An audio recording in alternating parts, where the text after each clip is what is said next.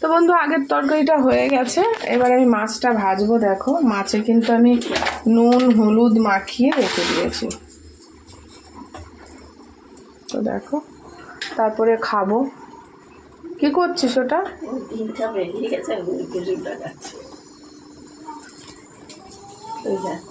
পাতলা পাতলা খাচ্ছে বের করে। দেখো আমার ছেলে ডিমের কুসুম খাচ্ছে।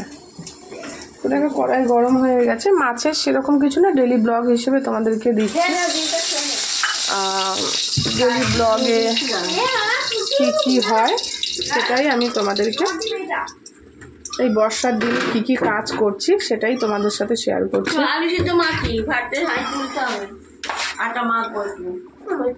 তোমরা দেখো ভালো করে কিন্তু তেল গরম হয়ে গেছে। এবার মাছগুলো আমি ধুয়ে নেবো, সরি মাছগুলো ভেজে নেবো।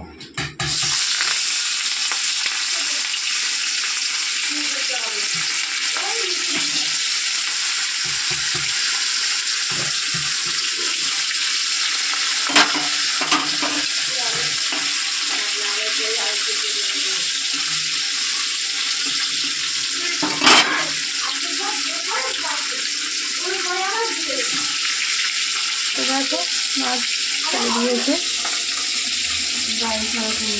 কি অবস্থা দেখো, এখনো বৃষ্টি পড়ে যাচ্ছে।